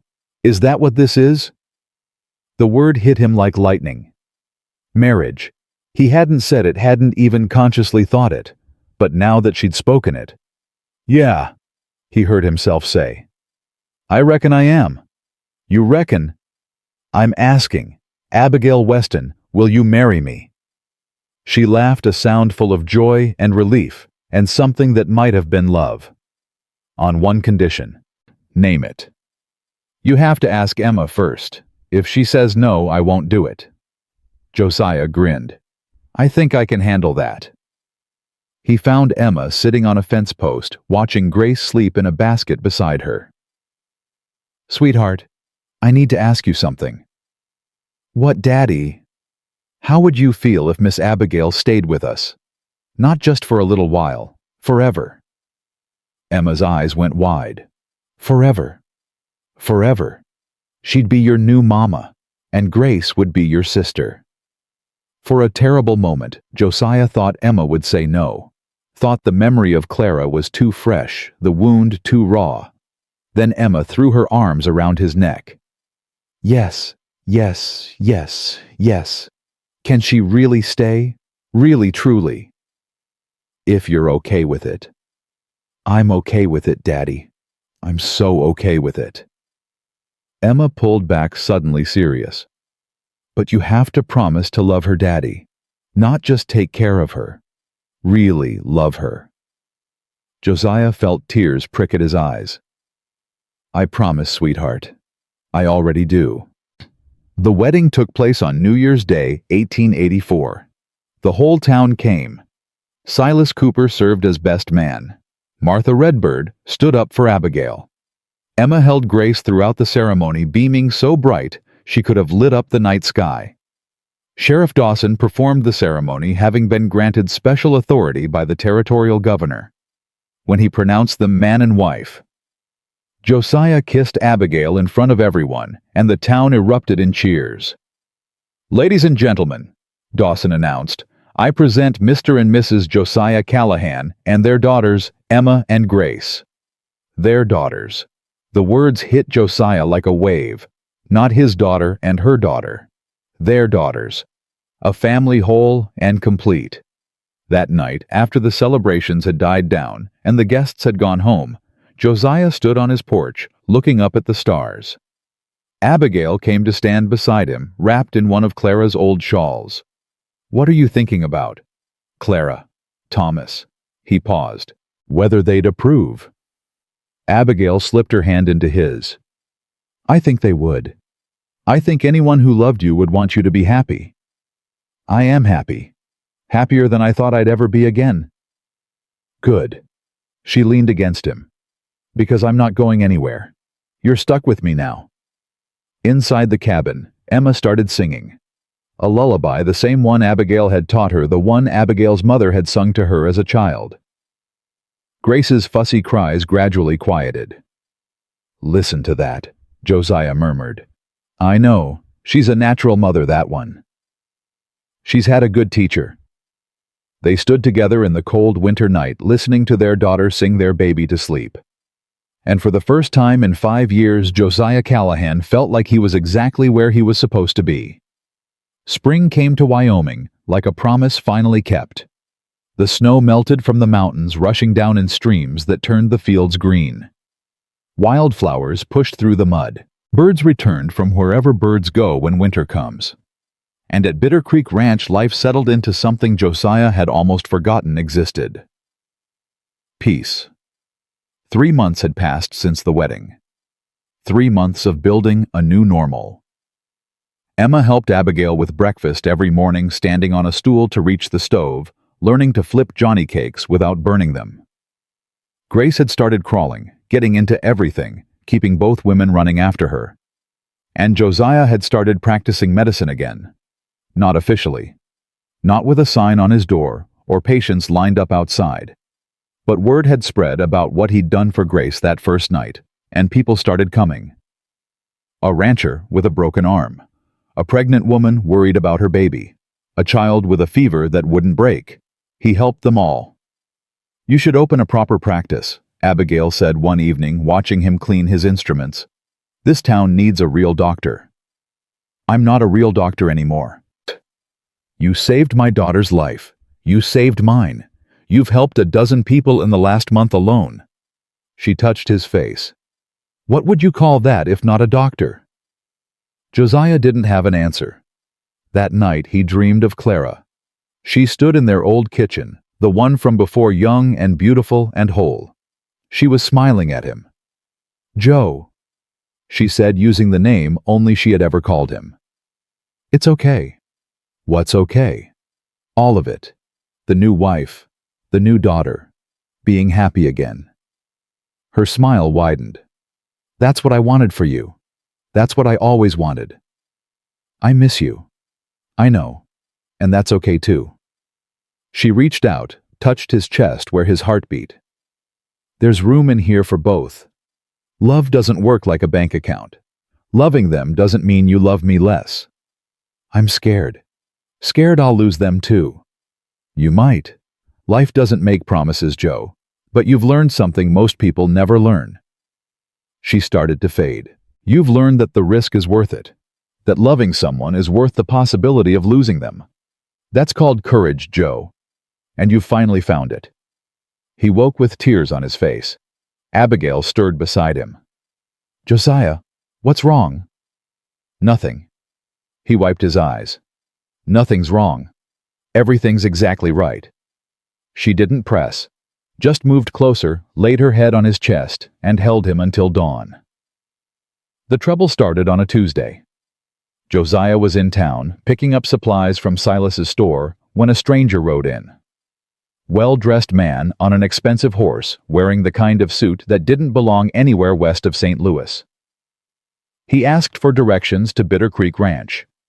Silas gave them, then immediately sent his son running to warn Josiah.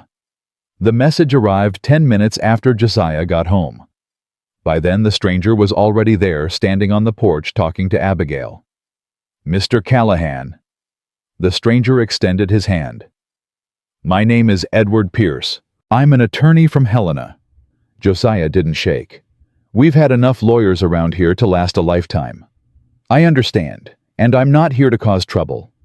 Pierce pulled an envelope from his jacket. I'm here to deliver news about the Weston estate. Abigail had gone pale. What kind of news? May we speak inside? They sat around the kitchen table while Pierce explained. Victor Weston was dead, but the legal complications of his death were just beginning. The Weston estate was massive, worth millions, and Victor had died without a will. Under Montana law, that means the estate passes to the nearest living relative. Pierce looked at Grace playing on the floor with Emma. Which is that little girl? We already knew this, Josiah said. Thomas Crow Feather told us. Yes, but there's a complication. Pierce's expression grew grave. Victor Weston had debts, significant debts. He'd been borrowing against the estate for years, financing various schemes and speculations. Now those creditors want their money. How much? Abigail's voice was barely a whisper. Approximately $200,000. The number hung in the air. 200,000. More money than most people would see in 10 lifetimes. If the creditors aren't paid, Pierce continued, they'll seize the estate, the cattle, the land, everything. Grace would inherit nothing. Then let them have it. Josiah's voice was hard. We don't need Weston money. It's not that simple, Mr. Callahan. If the estate is seized, the creditors will come after Grace personally. As Victor's legal heir, she's liable for his debts. They could take everything you own, this ranch, your savings, everything. Abigail grabbed Josiah's hand. There has to be something we can do. There is. Pierce leaned forward. The estate includes one asset that could cover all the debts with money to spare. A silver mine in the Montana mountains. Victor purchased it 3 years ago, but never developed it. Recent surveys suggest it's worth at least $500,000. Then sell it. That's the problem. The mine is on land that's currently under dispute. The Cherokee Nation claims it was illegally taken from tribal territory in 1872. They're challenging the original sale in federal court. Pierce looked at Josiah. If the Cherokee win, the mine reverts to tribal ownership. If they lose, Grace can sell it and pay the debts. So we're caught between creditors and a land dispute, Josiah said. Essentially, yes. Abigail stood abruptly. I need some air. She walked out. Josiah watched her go, then turned back to Pierce. What do you recommend? Honestly negotiate. The Cherokee don't want a protracted legal battle any more than you do. If you can reach a settlement, one that acknowledges their claim while allowing the mine to be sold, everyone wins.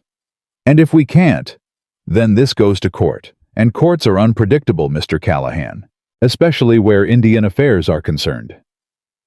After Pierce left, Josiah found Abigail sitting on the hill behind the barn, looking at the 4 graves. Clara, Thomas, and the 2 markers they'd added for Abigail's parents. I'm sorry, she said when he sat down beside her. I thought this was over. I thought we could just live our lives and be happy. We can. We will. How we've got creditors coming after us, a land dispute that could drag on for years, and a fortune that's more trouble than it's worth. She laughed bitterly. Some inheritance. Abigail, look at me.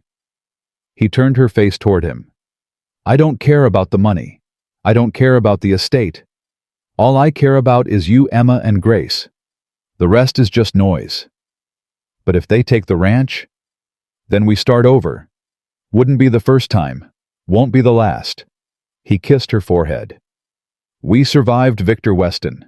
We'll survive this too. Abigail closed her eyes. I love you, Josiah Callahan. I love you too. Now let's go figure out how to keep our home. The next morning, Josiah rode to find Thomas Crow Feather. The Cherokee representative was staying at the rebuilt boarding house, helping Martha manage the construction of the new building. When Josiah explained the situation, Thomas's face grew thoughtful. I've heard about this mine, he said. The land was part of a treaty agreement in 1868. The federal government promised it would remain tribal territory. Then they found silver, and suddenly the boundaries got redrawn.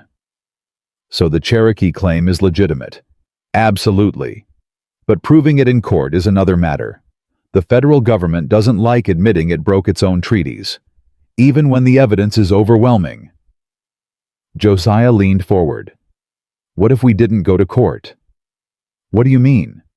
Pierce suggested negotiating, finding a settlement that works for everyone. What would that look like? Thomas Crow. Feather was quiet for a long moment. The tribe doesn't care about silver, he said finally. We care about the land. The mine is located on sacred ground, a burial site from before the white man came. What we want is acknowledgement, recognition that the land was stolen, and we want the burial site protected, not torn apart for metal. And if you got that acknowledgement, if the burial site was protected, then the rest could be negotiated. The silver doesn't matter. Honoring our ancestors does. Josiah stood. Then let's make a deal. The negotiations took 2 weeks. Josiah met with Thomas Crow Feather, Edward Pierce, and representatives from 3 different creditor groups. They argued. They bargained. They walked away from the table twice and came back 3 times.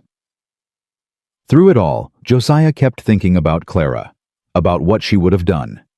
She'd had a gift for finding common ground, for seeing what people really wanted underneath what they said they wanted. Victor Weston stole from everyone, he said during one particularly heated session. He stole from my wife's family when he killed her husband. He stole from the Cherokee when he bought land that wasn't for sale. He stole from the creditors when he borrowed money he knew he'd never repay. None of us created this mess, but all of us can choose to end it. The room went quiet. What are you proposing? One of the creditors asked. The mine gets sold. 50% of the proceeds go to the creditors. 25% goes to the Cherokee for a memorial and protection of the burial site. The remaining 25% goes into a trust for Grace to be managed by the Cherokee Council until she's of age. You're giving up control of your own daughter's inheritance. I'm putting it in the hands of people I trust, people who've already proven they care about her welfare. Josiah looked at Thomas Crow Feather. Grace has Cherokee blood. Her inheritance should be protected by Cherokee law. Thomas Crow Feather nodded slowly. That's acceptable. I'll present it to the council. The creditors looked at each other. One by one they nodded. We have a deal, Pierce said. The papers were signed on a Thursday. Josiah rode home with a copy of the agreement in his saddlebag, and a weight lifted from his shoulders. The creditors would be paid. The Cherokee would get their memorial. Grace would have a future protected by people who cared about more than money, and his family would keep their home. Abigail was waiting on the porch when he rode up. She took one look at his face and burst into tears. It's done! It's done! She threw her arms around him, sobbing and laughing at the same time. Daddy! Daddy! Emma came running from the house. Miss Martha said you might have good news. Is it good news? Josiah picked her up, held her tight. It's the best news, sweetheart. We're staying right here, forever. Forever, ever. Forever, ever. That night the whole town came for a celebration. Martha brought food from the boarding house. Silas brought whiskey from his private stock. Sheriff Dawson brought his fiddle and played songs that got everyone dancing. Josiah stood at the edge of it all, watching his neighbors celebrate, watching his wife laugh with Martha, watching Emma teach Grace to clap along with the music. Thomas Crow Feather appeared beside him. You did a good thing, Thomas said. Not many white men would have put Cherokee interests in that agreement. Grace is Cherokee. Her interests are Cherokee interests. That's not how most people think. Maybe that's the problem. Thomas Crow Feather smiled. You would have made a good tribal member, Josiah Callahan. Is that an invitation? Consider it standing. Later, after the guests had gone and the children were asleep, Josiah and Abigail sat together by the fire. I've been thinking, Abigail said. About what? About what you said to the creditors. About putting Grace's inheritance in Cherokee hands. She paused. That was more than just business, wasn't it? Josiah stared into the flames. When I was in the war, he said slowly, I saw what men do when they think they're right. Saw them kill, torture, destroy all in the name of something they believed in. And I realized that believing you're right doesn't make you right. It just makes you dangerous. And that relates to Grace. How? Because I don't trust myself with that kind of power, that kind of money. I've seen what it does to people, seen how it corrupts even the best intentions. He looked at her. I wanted Grace to grow up protected by people who measure wealth differently. People who value land for its history, not its silver. People who think in generations, not bank accounts. Abigail took his hand. Clara was right about you. What do you mean? Before she died, she told Martha something. Martha told me last week. Abigail's eyes glistened. She said you were the best man she'd ever known, but you didn't know it yet. She said someday you'd figure it out, and when you did, you'd be unstoppable. Josiah's throat tightened. She said that she knew you, Josiah, better than you knew yourself. Abigail squeezed his hand. And she was right. You've become the man she always believed you could be. Summer turned to fall. Fall turned to winter again. A year passed. Grace took her first steps on Christmas morning, toddling across the cabin floor into Emma's waiting arms. Emma was 9 now, tall and confident, already talking about becoming a teacher someday. Abigail was pregnant again, due in the spring, and Josiah had finally opened his medical practice in town. The sign above the door read, Callahan Medical Practice, all welcome. And he meant it. All welcome. Cherokee, white, black, Mexican, it didn't matter. Anyone who needed help got help. Some paid in cash. Some paid in chickens. Some didn't pay at all. You're going to go broke, Silas told him once. Already was broke. Didn't stop me before. Life wasn't perfect. Winters were still hard. Money was still tight. Grace still had occasional nightmares about things she was too young to remember, but old enough to feel. But they had each other, and that was enough. On the second anniversary of the night Abigail collapsed in his barn, Josiah gathered his family on the porch. I want to tell you something, he said. Something I've been thinking about for a long time. Abigail sat beside him, Grace in her lap, Emma leaning against her shoulder. 2 years ago, I was a dead man walking, living alone, pushing everyone away, convinced that the best part of my life was over. He swallowed hard. Then a stranger showed up in a blizzard carrying a baby half frozen and desperate, and everything changed. Emma looked up. You mean Mama? Josiah smiled. I mean your mama. She walked through a storm to save Grace, and ended up saving me too. Saved both of us, really. He looked at Emma. You'd forgotten how to hope. I'd forgotten how to love. And she reminded us both. Abigail wiped her eyes. Josiah! Let me finish. He took a breath. I spent 5 years being angry at God for taking Clara and Thomas. Spent 5 years building walls around my heart so I'd never feel that kind of loss again.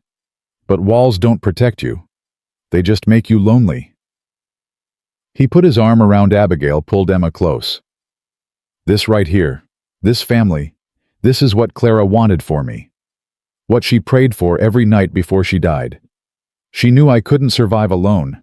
Knew I needed people to love and protect and fight for. His voice cracked. She sent you to me. I believe that now. Somehow, some way she sent you. Grace reached up and grabbed his finger, babbling happily.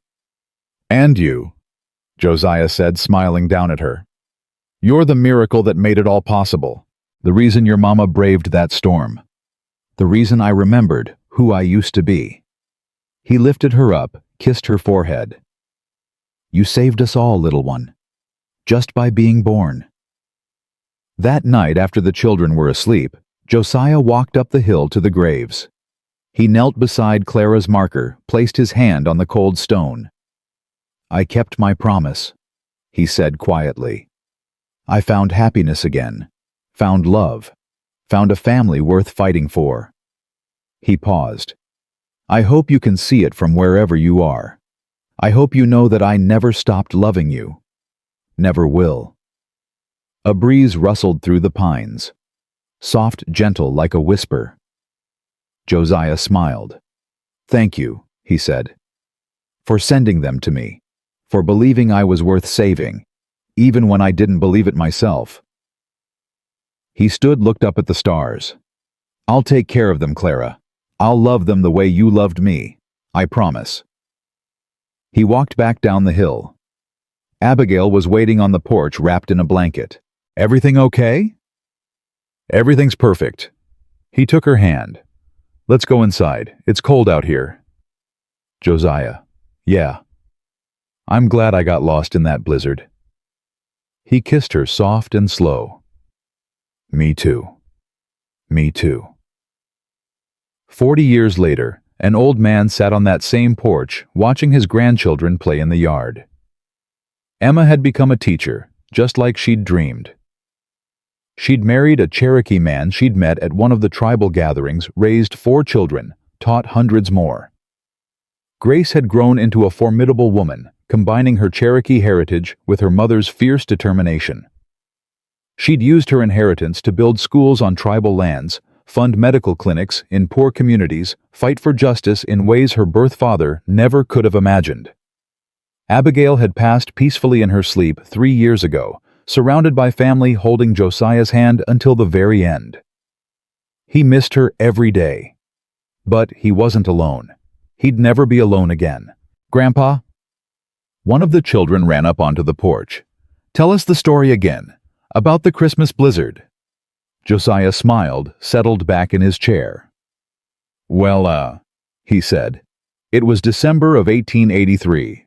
I was standing in my barn feeding horses when I heard something that had no business being out there. A baby crying in a blizzard. The children gathered close the same way Emma and Grace had gathered 40 years before.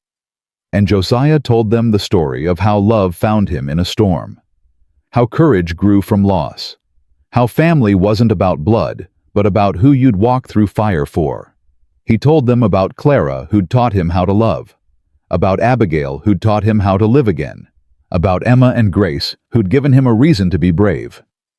He told them that broken hearts aren't useless. They just have more room in them. And when the story was done, when the children had gone inside for supper, Josiah sat alone on his porch, looking out at the mountains he'd called home for half a century. The sun was setting, painting the sky in shades of gold and red. Somewhere beyond those colors, Clara was waiting. Abigail too. But not yet. Not quite yet. He still had grandchildren to teach, stories to tell, love to give. And until his last breath, Josiah Callahan would keep giving it. Because that's what family does. That's what love does. It endures.